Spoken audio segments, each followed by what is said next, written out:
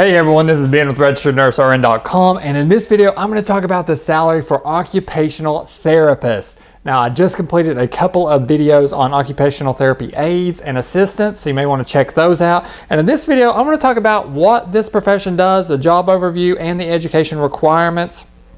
A lot of people actually do not know what it is that an occupational therapist does on a day-to-day basis. In fact, they'll kind of think to themselves, okay, occupational therapist, must be something to do with jobs and the economy, right? Wrong. Actually, an occupational therapist basically just helps treat injured, ill, or disabled patients, and then we use various therapeutic activities to help them recover. And the idea there is to help them develop, recover, or improve their skills so that they can get back into the swing of things. They can live a better life, or maybe adjust better given their circumstance or their disability or whatever it is, help them get back into the workforce and so forth. Now, let's talk a little bit about what they do on a day-to-day basis, and then I'll talk about the education requirements.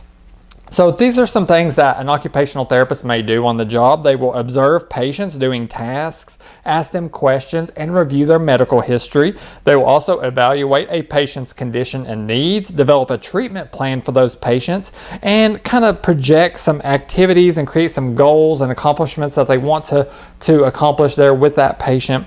They will help people with various disabilities do different tasks, such as you might have an autistic child and they will help them learn how to play with other children and so forth, or maybe a Parkinson's patient.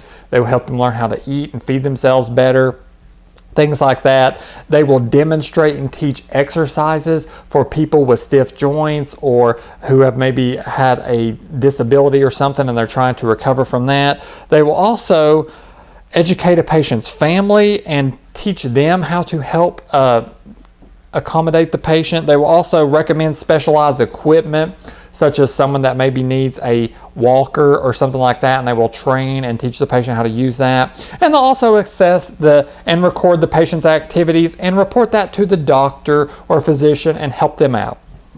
And there's a funny internet meme that I liked that was written by an occupational therapist, and it has someone kind of looking funny in the picture, and it says to a doctor, you know, if you would have consulted me, I could have reduced this patient's hospital stay by many days. And my wife laughed at that because she's a registered nurse and she totally agreed. She's like, yeah, you know, occupational therapists, they can. If doctors would actually just take the time to consult with them more, they would help them get that patient out of the hospital. So I think that's interesting, and this is definitely an interesting profession to enter. Now, if you want to become an occupational therapist, you usually have to have a master's level education. So, of course, 3 to 4 years for your bachelor's degree, and then 2 to 3 for the master's degree. And you're going to major, of course, in occupational therapy. Probably also have to do some clinical work. And then once you graduate, you'll have to sit and pass a national exam administered by the National Board for Certification in Occupational Therapists. Once you pass that exam, get your clinical works, and you get your degree and all that, finally, you can enter the workforce. And now let's talk about the salary that you may kind of expect to receive at some point through your career. All these figures are just averages, so if you're brand new in the field, you may earn less. If you've been in it for decades, you may earn a little more, just an average. They come from the Bureau of Labor Statistics, which is the government agency that collects and records jobs data. And these are accurate as of 2014. Okay, so the average wage, 2014 in America, $38.46 for the occupational therapist. The average salary, $80,000. Not bad. Now, they do project that there will be a 29% growth rate between years 2012 and 2022. So it is expected to grow, and that's great.